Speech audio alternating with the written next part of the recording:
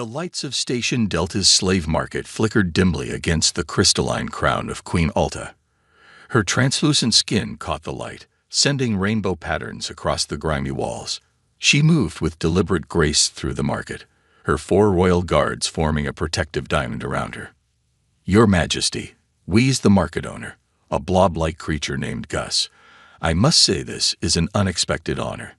Had I known you were coming, I would have prepared a more suitable welcome." Alta ignored him. Her 6-fingered hand traced the energy barriers of various holding cells. Each contained exotic specimens from across the galaxy, some with multiple limbs, others with scales that shifted colors, and a few that seemed to be made of living smoke. But none of them caught her interest. "I seek something unique," she said, her voice like chiming crystals. "My collection lacks truly interesting specimens." That's when she saw him. In the furthest cell, a human male stood perfectly still. Unlike the other slaves who cowered or raged, he simply watched. He wore the standard gray prisoner outfit, but somehow made it look like a uniform. His plain features and simple brown hair should have made him forgettable. Yet there was something in his eyes, a calm intelligence that made her guards shift uncomfortably. "Ah, the human," Gus bubbled nervously. "We caught him 3 cycles ago near the outer rim. Surprisingly difficult to capture. Lost 2 ships in the process." Alta moved closer to the cell. The human's eyes met hers directly. A breach of protocol that should have earned him immediate punishment. But she found herself more intrigued than offended. "Does it speak?" she asked. "I speak for myself," the human said before Gus could answer. His voice was deep and steady. "My name is James." One of Alta's guards stepped forward, weapon raised. "You will show proper respect, Toe." Alta raised her hand, stopping the guard. "Fascinating. Most species require translation implants, yet you speak standard perfectly." "Humans are quick learners," James replied with the slightest hint of a smile. Gus nervously floated closer. "Your Majesty, if this specimen is too bold, I have others. The mist dancers of Sector 7 are much more." "How much?" Alta interrupted. "Your Majesty." Her chief advisor, a tall crystalline being named Rod, stepped forward. "Humans are known to be dangerous, unpredictable. The few reports we have suggest they're barely civilized. Their planet isn't even part of the Galactic Council." Alta watched as James raised an eyebrow at this description, but remained silent. Most slaves would have protested or tried to prove their worth. His confidence was unusual. "The price," she repeated to Gus. The blob creature named a sum that made even Alta's advisors gasp. It was enough to buy a small moon. "Done," she said. "Your Majesty," Rod protested, "this is most irregular. We know nothing about human biology. Our containment systems may not." "Then we will learn," Alta cut him off. She turned back to James. "You will be the first human in the Crystal Palace. I trust you understand the honor this represents." James bowed slightly, a gesture that somehow managed to look respectful and slightly mocking at the same time. "I look forward to exceeding your expectations, Your Majesty." As the energy barrier dropped and restraints were placed on James, Alta noticed something odd. Despite being captured, despite being sold, despite facing an unknown future, the human looked pleased. It was almost as if. She quickly dismissed the thought. After all, what could a simple slave possibly have to be pleased about? As her royal procession left the market with their new acquisition, none of them noticed the small smile that crossed James's face. Everything was going exactly according to plan. The Crystal Palace's science wing buzzed with unusual activity. 3 days had passed since Queen Alta brought the human to her palace, and her top scientists still couldn't make sense of their findings. Dr. Beam, the head researcher, scratched his crystalline head as he reviewed the latest test results. The human James sat calmly on the examination table, watching the confused scientists with mild amusement. "This makes no sense," Dr. Beam muttered. "Run the endurance test again." James stepped onto the running platform for the 4th time that day. The scientists had expected him to tire after the first few tests. Instead, he maintained a steady pace, barely breaking a sweat. "Remarkable," One assistant noted. His body actually becomes more efficient the longer he runs. It's as if he's designed for persistent movement. From her private observation chamber above, Queen Ulta watched with growing interest. She had collected specimens from 100 worlds, but none quite like this. Most broke within days of arriving at the palace. Either their spirit crumbled, or they raged until they exhausted themselves. But James remained composed, cooperative, yet somehow unbroken. "Your Majesty," Rod, her advisor, spoke softly. "There's something else you should see." He played a recording from the previous night. It showed James in his containment cell, but instead of sleeping, he was exercising. The cameras caught him performing complex movements, something the guards later explained was called martial arts. "He knows we're watching," Rod said. "He's showing us these capabilities on purpose. But why?" Below, the scientists moved on to problem-solving tests. They presented James with a complex puzzle box, one that usually took new species several days to solve. They watched in shock as James examined it for 5 minutes, then systematically took it apart. "Perhaps we should try something more challenging," Dr. Beam suggested, trying to hide his surprise. James looked up with that same calm smile.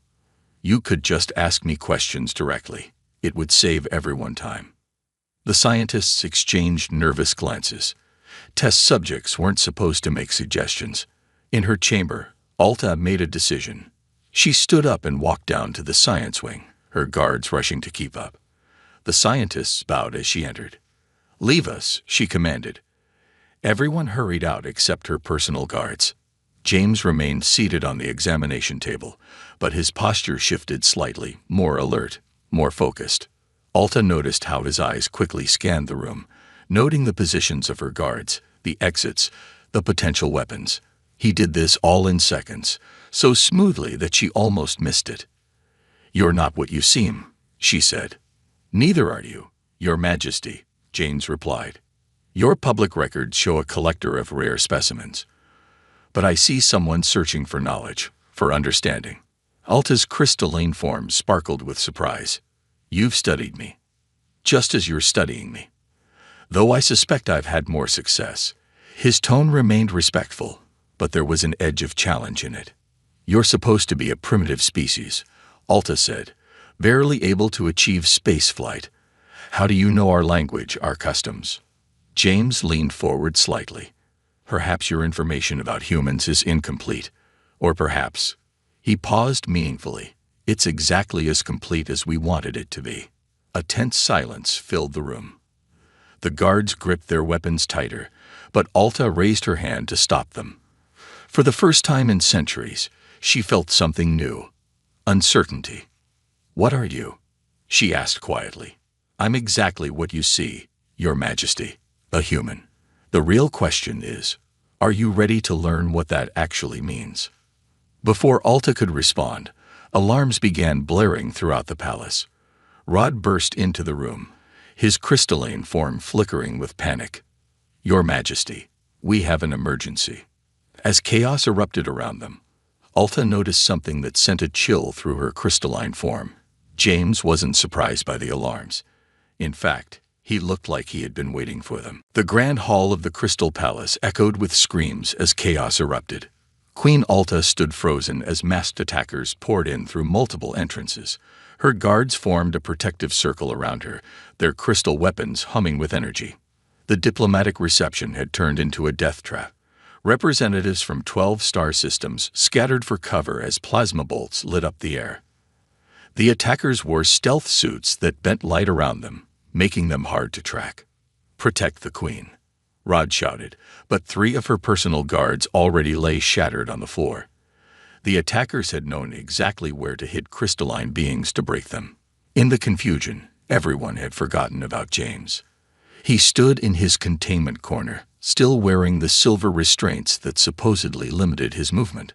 The guards had insisted he attend as a display of the Queen's latest acquisition. Ulta saw the nearest attacker raise a weapon, aiming directly at her head. Time seemed to slow down. Her remaining guards were too far away. Rod tried to jump in front of her, but he wouldn't make it in time. Then something impossible happened. James's restraints fell away as if they were made of paper. He moved with shocking speed, crossing the 20 feet between them in what seemed like a single bound. His hand caught the attacker's weapon arm, redirecting it upward. The plasma bolt meant for Alta's head hit the ceiling instead. What? The attacker began, but James was already moving. He turned the attacker's momentum against them, slamming them into the ground with precise force. In one smooth motion, he took their weapon and fired 3 perfect shots, dropping 3 more attackers before they could react.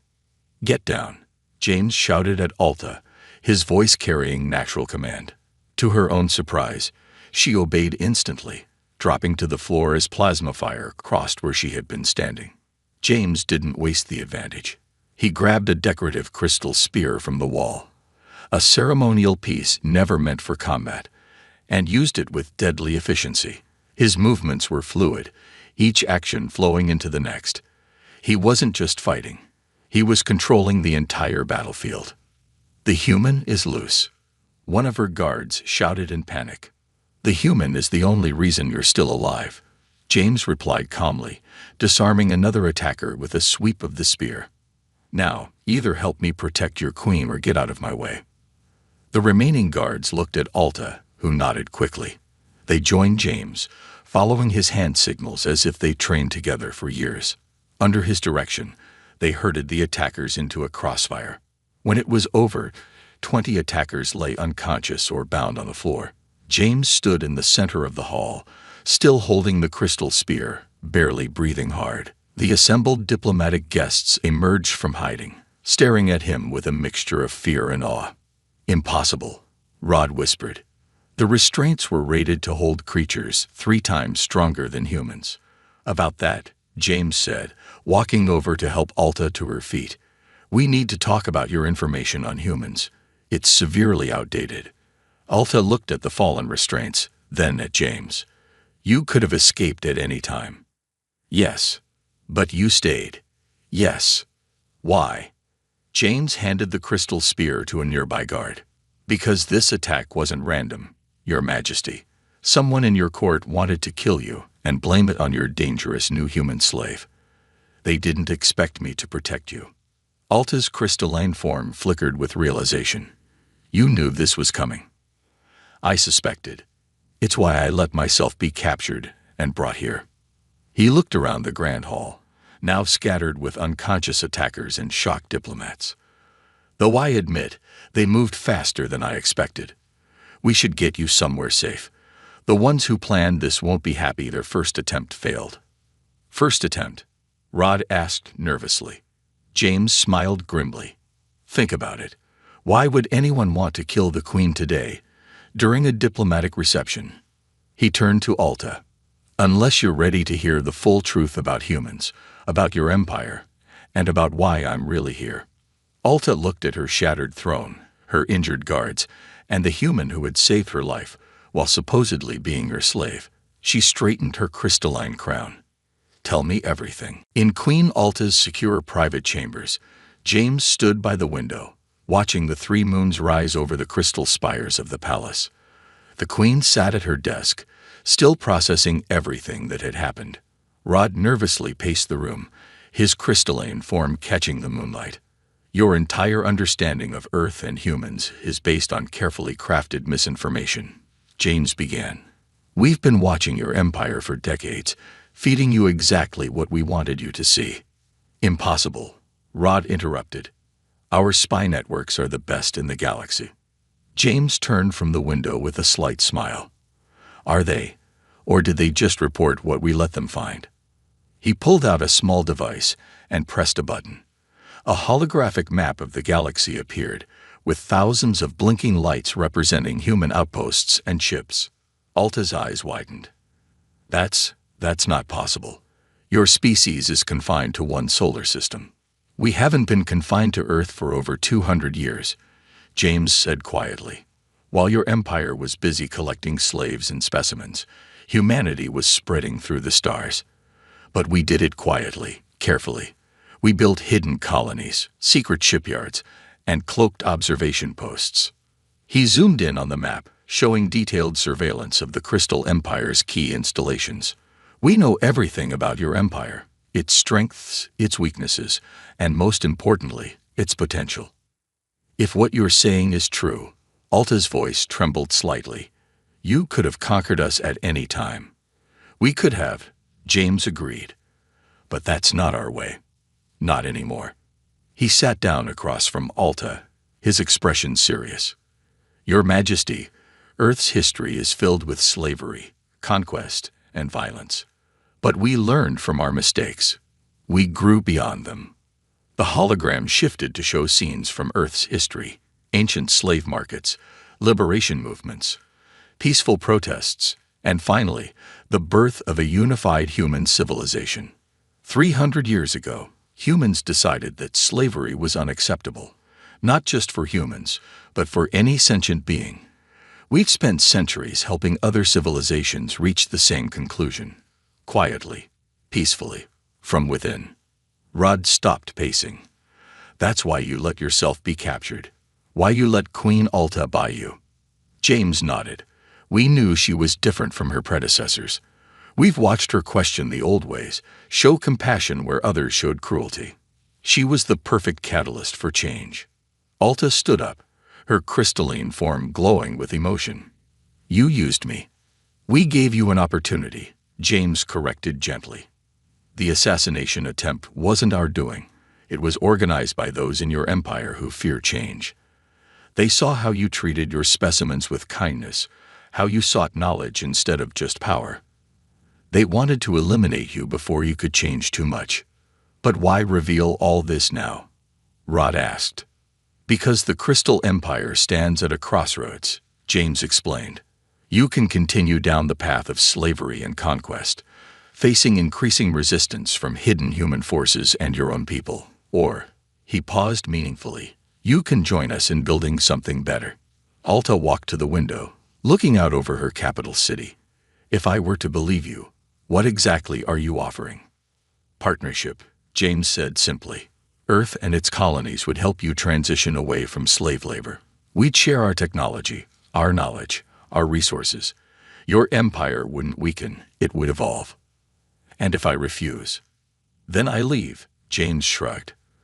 But the change is coming either way. The only question is whether you'll lead it or be swept aside by it. Suddenly, the chamber's security system chimed.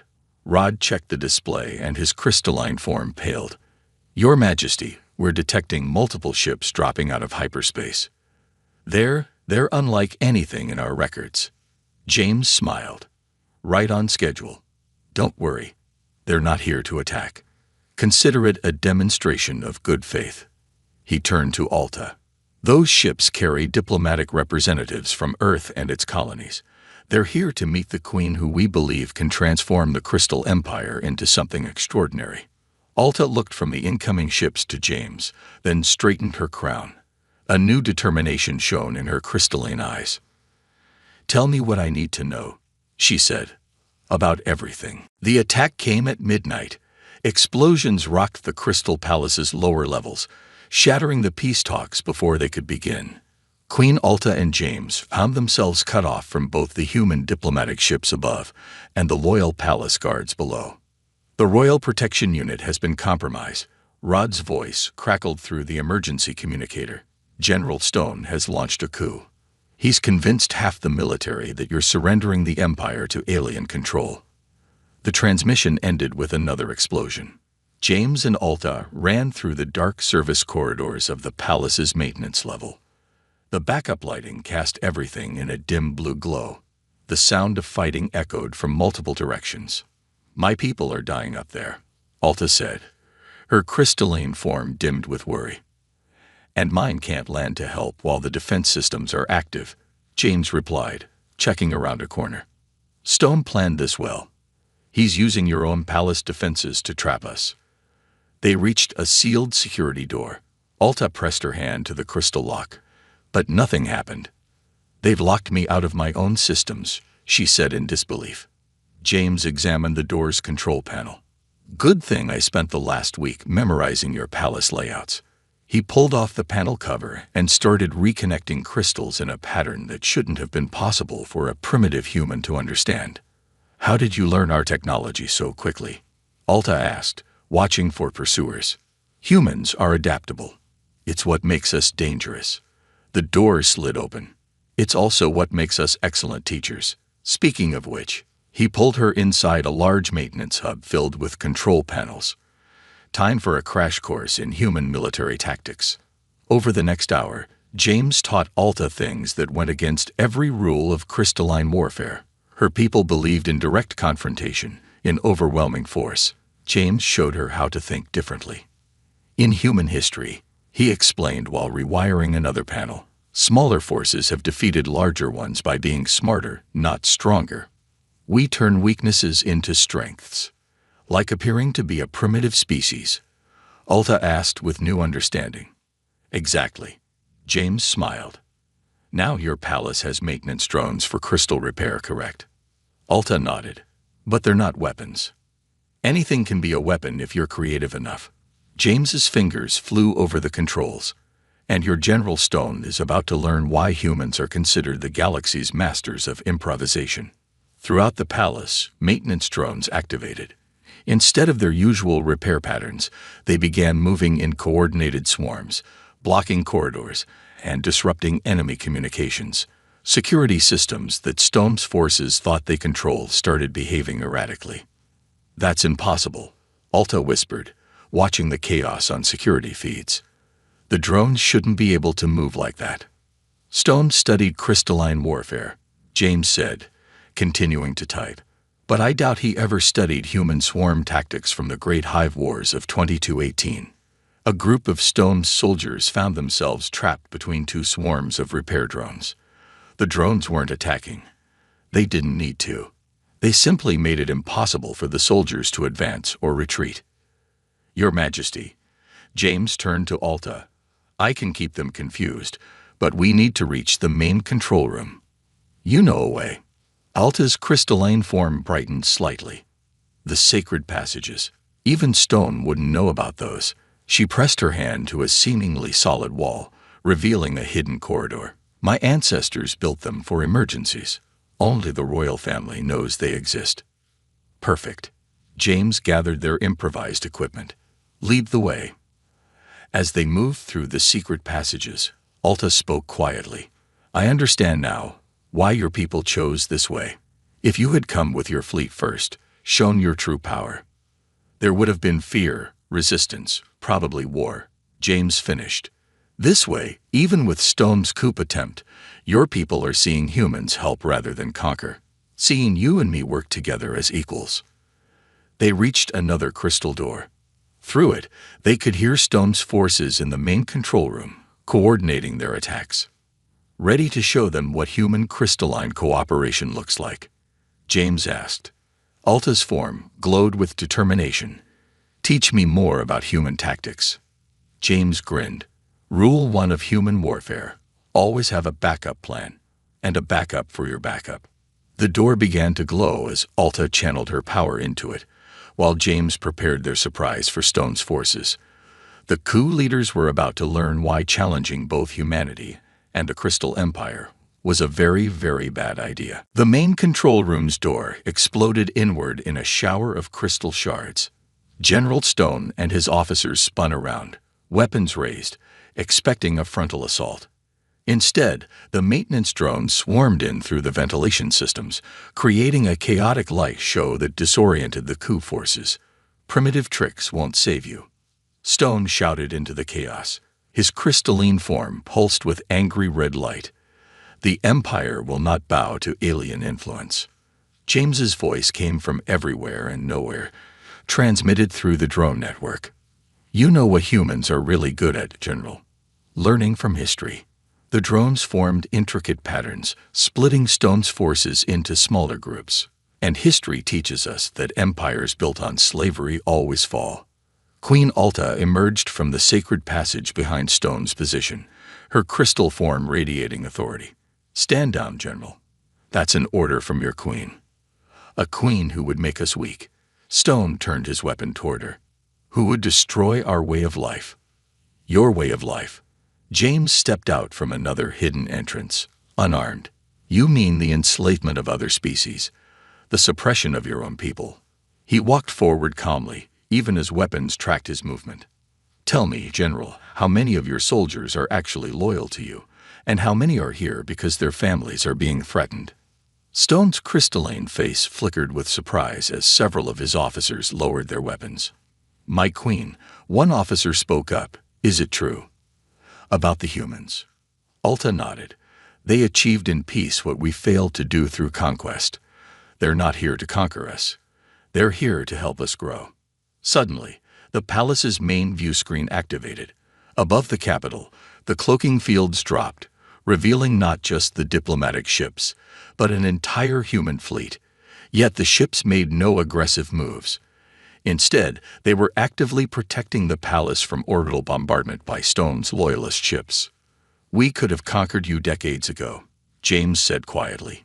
Instead, we waited, watched, looked for leaders who wanted something better.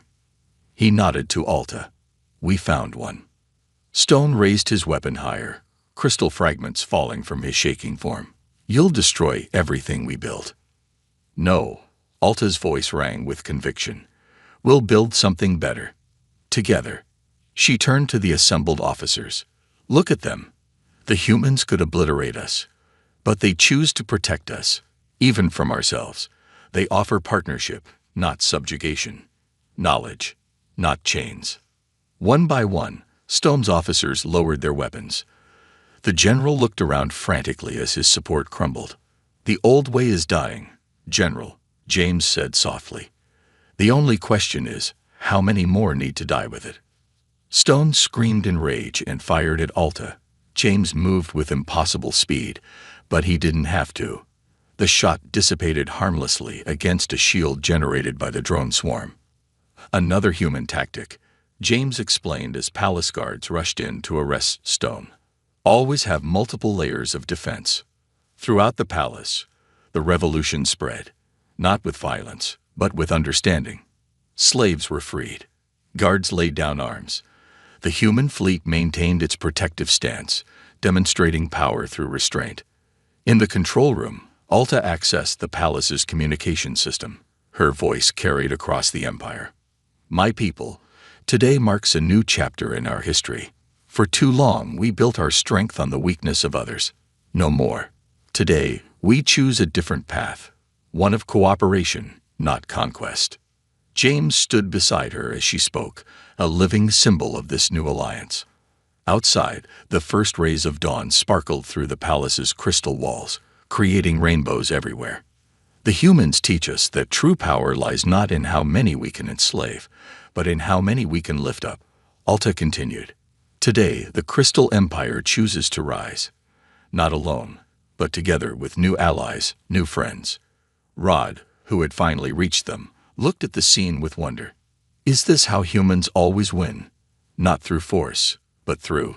He struggled for the word. Hope, James supplied. We win through hope and change, and the belief that anyone can choose to be better than they are. As the sun rose fully over the capital, it illuminated not just an empire, but a revolution, one built not on blood and violence, but on understanding and cooperation. The Crystal Empire would never be the same. And that was exactly the point. 6 months after the failed coup, the Crystal Palace looked very different. Where once there were slave quarters, now stood education centers. Former holding cells had been converted into cultural exchange hubs. The specimen collection area had become a grand museum where different species shared their knowledge freely. Queen Alta stood at her favorite balcony, watching ships from a dozen worlds dock at the newly constructed diplomatic port. Her crystalline form glowed with a brightness that reflected the empire's transformation. The latest reports, Your Majesty, Rod said, approaching with a data crystal. The transition exceeds our most optimistic projections. 90% of former slave-dependent industries have successfully converted to automated systems or willing workers. And the remaining 10%? Alta asked. Receiving direct assistance from human engineering teams, James answered, walking onto the balcony. He wore formal diplomatic robes now, the official Earth ambassador to the Crystal Empire. Though I have to say, your people are learning faster than we expected. Alta smiled.